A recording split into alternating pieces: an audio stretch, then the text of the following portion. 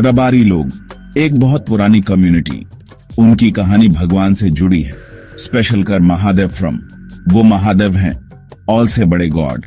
ये रिश्ता बहुत पुराना है, बहुत डीप।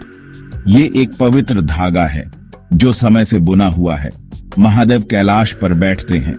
वो तपस्वी भगवान हैं, दुनिया को तबाह करने वंश, और उनके दौलू रक्षक भी। माता पार्वती उनकी शक्ति है, उनकी दिव्य पावरशाली वाइफ। एक साथ वो सब पर नजर रखते हैं। उनका ब्रह्मांडीय नृत्य जीवन बनाता है। रबारी नाम का मतलब है बाहरी, या शायद जो रास्ता दिखाता है। वो हमेशा घुमंतु थे, यूं जानते हैं, अपने झुंड के साथ घूमते हुए रेगिस्तानों और मैदानों में, पुरानी और नौनाओं के कीपर्स। उनकी जिंदगी सिंपल है, अपने कर्तव्यों के प्रति डेडिकेटेड। ये कहानी बहुत खास है। ये एक दिव्य कथा है, माँ से बेटे टू, पिता से बेटी टू। कैंपफायर के चारों ओर फुसफुसाते वाइल, तारों वाले रेगिस्तानी आसमान के अंडर। आस्था की कहानी, फ्रॉमवा की, भगवान द्वारा चुने गए लोगों की। रबारी कैसे बने? उनकी शुरुआत सच में डिवाइन थी। यह एक होली विश से शुरू हुआ।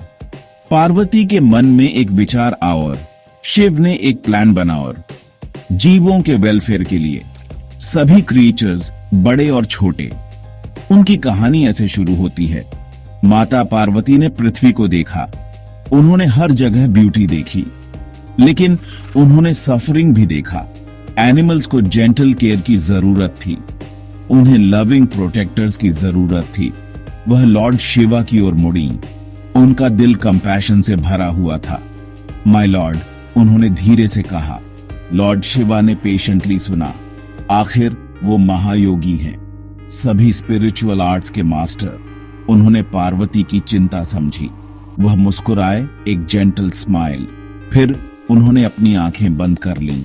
उन्होंने अपनी इमेंस योगिक पावर जुटाई, एक ऐसी पावर जो यूनिवर्सेस बनाती है, अपने डिवाइन प्योर एसेंस फ्रॉम, अपनी भुजा की खाल फ्रॉम। फिर 5 आत्माएं बनी। ये ऑर्डिनरी आत्माएं नहीं थीं, वे ब्राइट और स्ट्रॉन्ग वेयर, एक सेक्रेड पर्पस के लिए जन्मे, फ्रॉमवा करने, प्रोटेक्ट करने, नर्चर करने के लिए। वे पहले रबारी बने। माता पार्वती, मदर।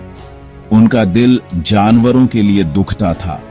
उन्होंने देखा ऊंट भटक रहे हुए, खोए हुए, बिना किसी गाइड ऑफ। उन्होंने गायों को देखा जिन्हें देखभाल की जरूरत थी। उन्होंने उनका शांत दर्द महसूस की और उनकी देखभाल कौन करेगा भगवान? उन्होंने महादेव से दुख के साथ पूछा।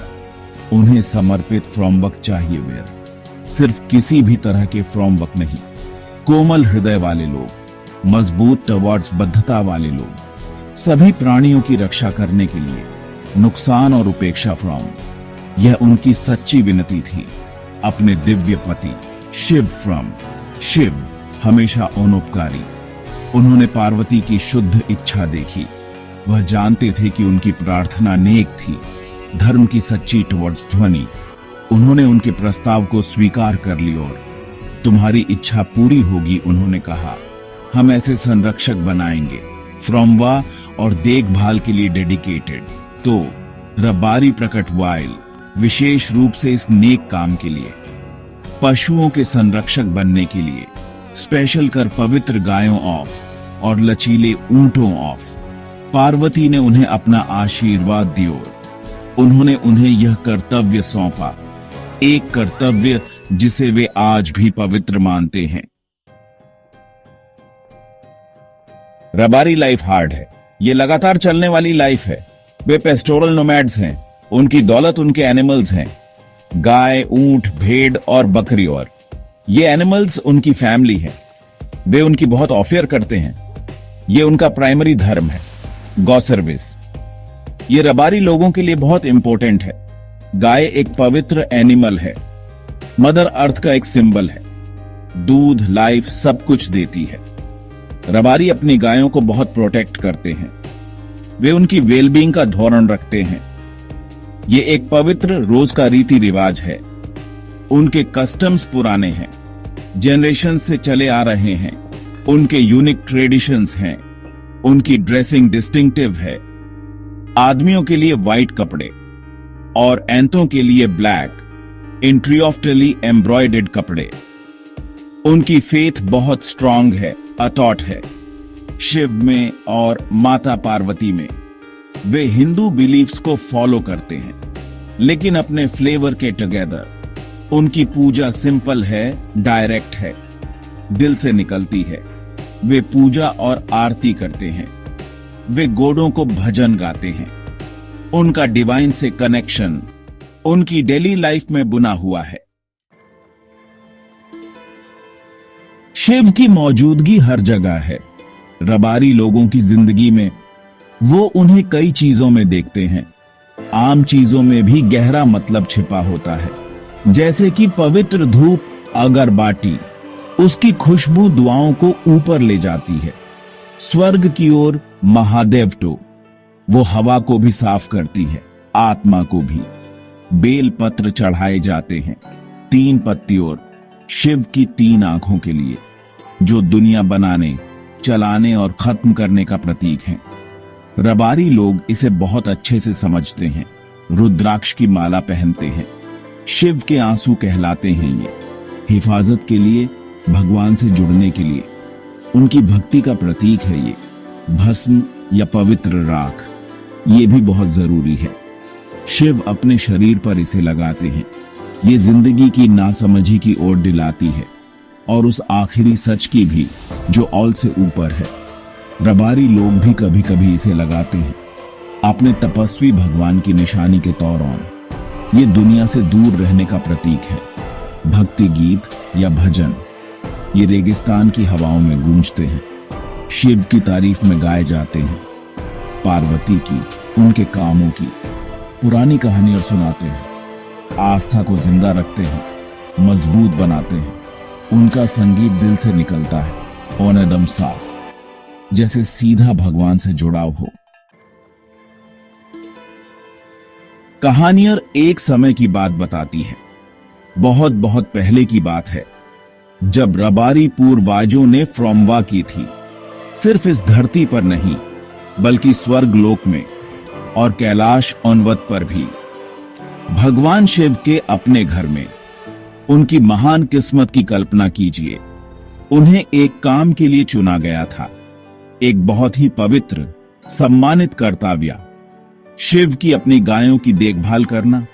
नंदी, दिव्य बैल के रिश्तेदार, ये कोई साधारण मवेशी नहीं वीर, वे स्वर्गीय प्राणी वीर। उनका दूध अमृत था। राबारियों ने उनकी अच्छी फ्रमवा की। स्वर्गीय घास के मैदानों में वे घूमते वीर, ये दिव्य चमकती गायें। रबारी पूर्वज उनके साथ चलते वीर, उन्हें मार्गदर्शन देते थे, उनकी रक्षा करते वीर। यह सुनिश्चित करते थे कि वे खुश रहें। उनकी फ्रमवा निस्वार्थ, शुद्ध थी, पूरी भक्ति से भरी हुई थी। शिव और पार्वती देखते थे, प्रसन्न होते हुए। कैलाश में यह सर्विस, इसने एक अटूट बंधन बना और राबारियों और महादेव के बीच इसने उनकी भक्ति को दिखाया। उनकी कुशलता, उनका सौम्य स्वभाव, उन्होंने खुद को योग्य साबित किया। उन पर रखे गए विश्वास ऑफ ब्रह्मांड के भगवान बाय। क्या यू वो पल सोच सकते हैं जब वे पहली बार मिले? रबारी पूर्वज कितने हम्बल वेयर, शिव और पार्वती के सामने खड़े वेयर, पावरशाली कैलाश ऑन विथ ऑन। वो पल कितना शानदार रहा होगा। डिवाइन ग्लोरी का एक नजारा, किसी भी अर्थली साइट से वन। शिव अपने शांत चेहरे के टुगेदर, जटाओं में गंगा को लिए वाइल, उनके माथे पर क्रेसेंट मून। पार्वती ग्रेस बिखेर रही थी, यूनिवर्सल मदर मुस्कुरा रही थी। उन्होंने रबारियों को देखा, पौर भरी आंखों फ्रम और इमेंस डिवाइन कंपैशन के टुगेदर। रबारियों ने अपना सम्मान दिया और हाथ होड़कर, सिर झुकाकर, उनके दिल डिवोशन से भरे हुए। उन्हें बहुत शांति महसूस हुई, एक सेंस ऑफ बिलोंगिंग। वे जानते थे कि वे घर आ गए हैं, अपने देवताओं की उपस्थिति में। अपने लिनेज के क्रिएटर्स के सामने। शिव और पार्वती ने उन्हें आशीर्वाद दी और वे बोले, तुम हमारे चुने हुए हो, तुम्हारी फ्रमवा से हमें बहुत खुशी मिलती है। जाओ, प्राणियों की देखभाल करो, उनके गार्डियंस बनो, उनके दोस्त बनो। हमारा आशीर्वाद हमेशा तुम्हारे साथ रहेगा। यह डिवाइन एश्योरेंस, यह वरदान, रबारी इसे हमेशा अपने साथ रखते हैं। तो रबारी समुदाय, वे सिर्फ चरवाहे नहीं हैं, वे एक डिवाइन लिनिएज हैं। शिवा की अपनी शक्ति से जन्मे, पार्वती की इच्छा के लिए बनाए गौन, फ्रमवा करने के लिए, रक्षा करने के लिए, देखभाल करने के लिए। यही उनकी पवित्र पहचान है। शिवा और पार्वती के लोग, उनकी जिंदगी इस फ्रमवा को दिखाती है। जानवरों की उनकी देखभाल में, उनके सरल भक्त तरीकों में, उनकी अटूट आस्था में वे जीवित प्रतीक हैं। धर्म के प्रति समर्पण ऑफ, सभी प्राणियों के लिए पावर ऑफ, डिवाइन विल का एक अल्लूट। आधुनिक समय में भी रबारी अपना रास्ता जारी रखते हैं। हालांकि चुनौतियां आ सकती हैं, उनकी औनोनाएं मजबूत बनी हुई हैं। शिवा से उनका संबंध बना हुआ है। वे ढलते हैं, फिर भी उन्हें ओढ़ रहता है। वे कौन हैं और क्यों? उनका प्राचीन उद्देश्य उन्हें मार्गदर्शन करता है। उनका योगदान बहुत जरूरी है। वे एक जीवन शैली को बचाते हैं, एक गहरी इकोलॉजिकल विजडम को, एक आध्यात्मिक विरासत बहुत समृद्ध। वे हमें सरल सच्चाइयों की ओर दिलाते हैं, करुणा की, कर्तव्य की, रोजमर्रा की जिंदगी में सेक्रेटता की। रबारी सचमुच शिवा के अपने हैं। रबारी लोगों की यह स्टोरी और महादेव के साथ उनका रिलेशनशिप, ये पुराना है फिर भी नया है। ये हर दिन ऐसे ही चलता रहता है। उनकी जिंदगी में, उनकी प्रार्थनाओं में, उनके बच्चों की आंखों में ये विरासत पूरी वफादारी से आगे बढ़ती रहती है। काउंटलेस बदलते मौसमों में इस कथा में और भी बहुत कुछ है कहने के लिए, और भी बहुत सी कहानियां हैं।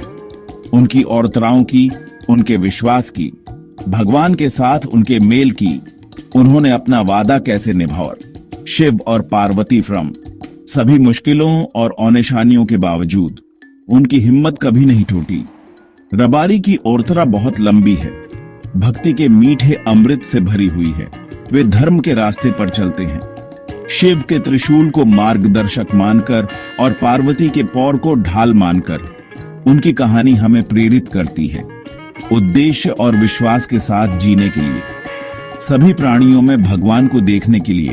तो हम अभी यहीं रुकते हैं, लेकिन कहानी यहीं खत्म नहीं होती। दिव्य लीला हमेशा चलती रहती है। और क्या चमत्कार इंतजार कर रहे हैं और कौन से अलग सामने आएंगे, हम उत्सुक हृदय से इंतजार कर रहे हैं और अधिक सुनने के लिए उत्सुक हैं। शायद किसी दिन पार्ट 2 में।